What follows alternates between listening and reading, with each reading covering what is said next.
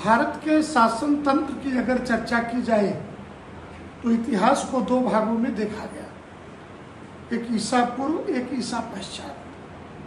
परंतु 2014 के बाद भारतीय शासन तंत्र की अगर चर्चा होगी तो बिफोर नरेंद्र मोदी और आफ्टर नरेंद्र मोदी देश जिस हालात से गुजर रहा था, यहाँ के प्रशासनिक संस्थाएं, जासूसी संस्थाएं, सेना और स्थानीय पुलिस तक आमने सामने थी। उन परिस्थितियों में से देश को निकाल करके ले आना, वैश्विक मंच पर भारत के पासपोर्ट की हैसियत को बड़ा करना, भारतीय नागरिक को दुनिया सम्मान की दृष्टि से देखे, इतना ही विचार नहीं।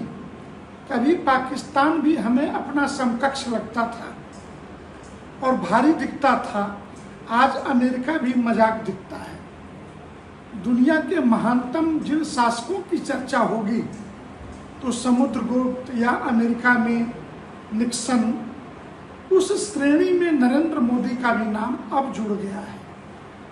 चाणक्य नीति जिन चक्रवर्ती सम्राटों की बात करता है, वैश्विक राजनीति में कोई किसी का स्थायी न शत्रु होता है न स्थायी मित्र होता है।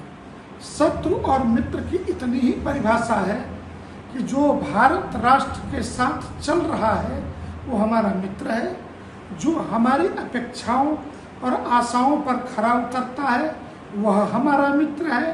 अन्यथा दुनिया अलग अलग कोणों से पश्चिम का जो राष्ट्रवाद है वो सिर्फ और सिर्फ अपना हित सोचता है।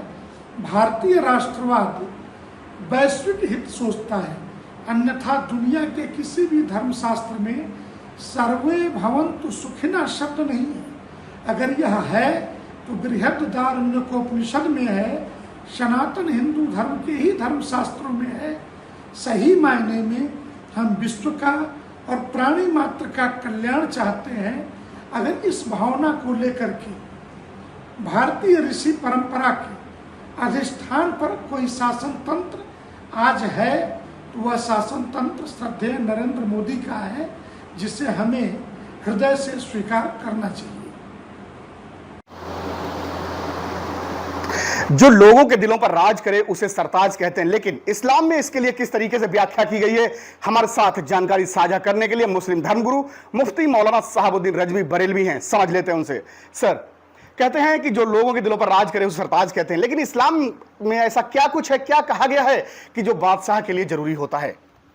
देखिए, बादशाह के लिए या आज के दौर में वज़ीर आज़म कह लीजिए या राजा कह लीजिए, पुरानी तारीख़ के हिसाब से इस्लाम का नज़रिया है कि सबसे अहम चीज़ अदल और इंसाफ, उसकी रियाया यानी जनता जो भी हो, जिस मज़हब की मानने वाली हो, इससे कोई मतलब नहीं कि किस मज़हब का मानने वाला हो।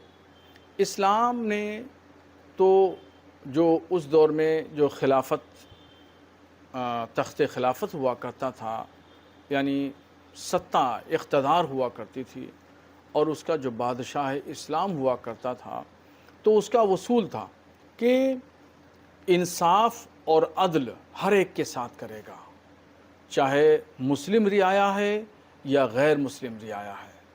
अगर गैर मुस्लिम रियाया भी है तो उसको भी आज़ादी के साथ उसको अपने मज़हब, अपने अक़ीदे और अपने पूजा पाठ की मुकम्मल इजाज़त होती थी। किसी के साथ मुस्लिम बादशाह जबर और दबाव नहीं डालता था।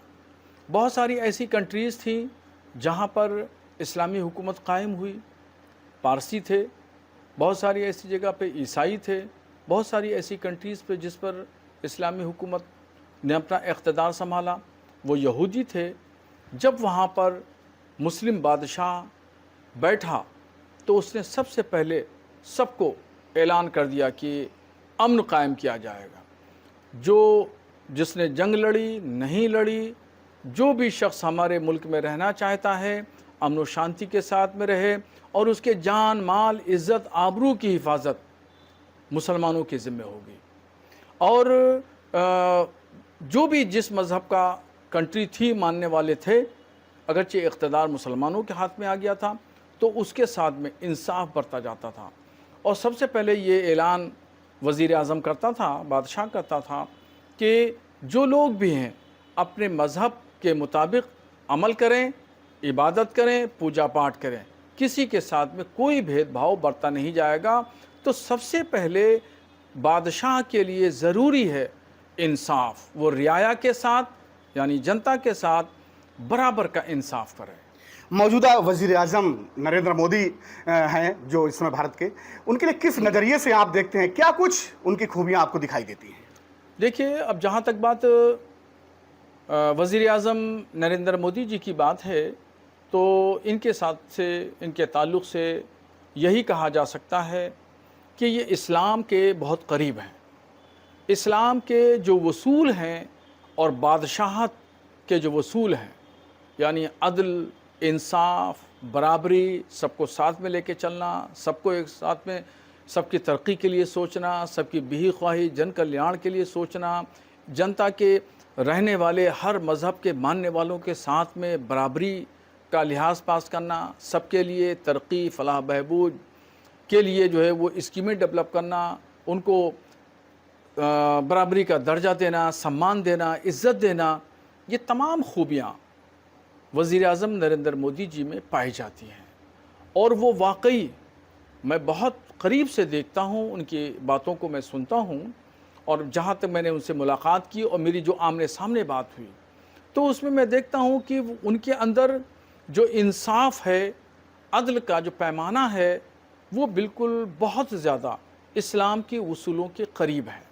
जिस तरीके से मुस्लिम बादशाह रियाया के साथ में इंसाफ पसंदी का काम करते थे, ऐसे ही प्रधानमंत्री नरेंद्र मोदी जी भी रियाया के साथ, यानी हिंदुस्तान की 150 करोड़ जनता के साथ वो इंसाफ की काम के लिए काम करते हैं। उन्होंने मुझसे ख़ुद कहा था एक मुलाकात में कि जब मैं मुख्यमंत्री हुआ करता था गुजरात का, तो मैं वहाँ कहता था गुजरात वासी, और अब मैं प्रधानमंत्री हूँ तो मैं कहता हूँ भारतवासी। फिर आगे उन्होंने कहा कि मैं हिंदू, मुसलमान, सिख, ईसाई के शब्दों का इस्तेमाल नहीं करता हूँ, इसमें तफरीक होती है, ऊंच नीच की बात आती है, और मैं जितने भी मज़हब के मानने वाले हैं सबको भारतवासी कहता हूँ, सबको बराबर का दर्जा देता हूँ, सबका इज़्ज़त सम्मान करता हूँ। इसलिए मैं किसी संप्रदाय का नाम नहीं लेता हूँ, सब ये कहता हूँ सब हमारे भारतीय हैं और सब हमारी जो है रियाया हैं, और उनका मैं मुखिया हूँ। तो मुखिया का ही काम है सबकी देखभाल करना। ये उन्होंने बात खुद मुझसे कही थी। इससे मुझे बड़ा अच्छा लगा और मैं उनकी बातों से बड़ा प्रभावित हुआ। और यही वजह है कि भारत का मुसलमान वज़ीर आज़म नरेंद्र मोदी को पसंद करता है। तमाम ऐसी सरकारी योजनाएं हैं भारत सरकार की जिसमें किसी भी तरीके का देखा गया है कि कोई ना भेदभाव है ना कुछ भी। तो कुछ ऐसी योजनाएं अगर आपके जेहन में आ रही हो तो बता दीजिए कि जिनमें मुसलमान भी पूरी तरीके से शरीक हैं, हिंदू भी और बुद्ध भी, ईसाई भी, सभी तरीके से उसमें लाभ ले रहे हैं। अब देखिए, यानी कई योजनाएं हैं। प्रधानमंत्री आवास योजना है, और आयुष्मान भारत योजना है, और इसके बाद में उज्ज्वला योजना, जो गैस सिलेंडर दिए गए, सब लोगों को मकानात दिए गए, इसमें किसी तरीके से कोई भेदभाव नहीं बरता गया। सबसे ज़्यादा गरीब मुसलमान हैं, तो प्रधानमंत्री आवास योजना में जो मकान मिले वो सबसे ज़्यादा मुसलमानों को मिले। आयुष योजना में 5 लाख से जो इलाज होता है वो गवर्नमेंट अपने कोटे से कराती है। गरीब जो भी शख्स है, जिस कम्युनिटी का सबसे ज़्यादा गरीब है, उसको सबसे ज़्यादा फ़ायदा मिला। इस तरीके से ऐसे ही स्वच्छ भारत योजना है। ये स्वच्छ भारत योजना एक ऐसी योजना प्रधानमंत्री ने अपने इब्तदाई दौर में वज़ारत उज़्मा जब उन्होंने संभाली, उसके बाद में जो शुरू किया था, इसने तो इनकलाब ला दिया। और गांव-गांव की जो महिलाएं थीं, चाहे हिंदू हो या मुसलमान, जो स्वच्छ के लिए खेतों में जाती थीं, दूर दूर उनको जाना पड़ता था और बड़ी परेशानियों का सामना करना पड़ता था। मगर जब इन्होंने शुरू की, गांव में एक एक आदमी को, एक एक घर में स्वच्छ भारत मिशन के तहत जो है टॉयलेट दिए गए, और आज जो है वो आज वो महिलाएं जो खेतों में जाती थी वो महफूज हो गईं और वो उनको कहीं जाने की अब कोई दिक्कत नहीं है। ये योजना ऐसी योजना है कि इसने पूरे भारत में इनकलाब ला दिया है। तो यह है मुफ्ती मौलाना साहबुद्दीन रजवी बरेलवी, मुस्लिम धर्मगुरु हैं। इनका साफ तौर पर कहना है कि जिस तरीके से मुस्लिम बादशाह तमाम अपनी जनता के ऊपर, जनता के दिलों पर राज करते थे, वहीं आज प्रधानमंत्री नरेंद्र मोदी भी जनता के दिलों में बसते हैं, चाहे वो हिंदू हो या मुसलमान हो, उनके दिलों में बसते हैं, उनके दिलों पर राज करते हैं। मैं रामविलास सक्सेना, न्यूज़ 18 बरेली।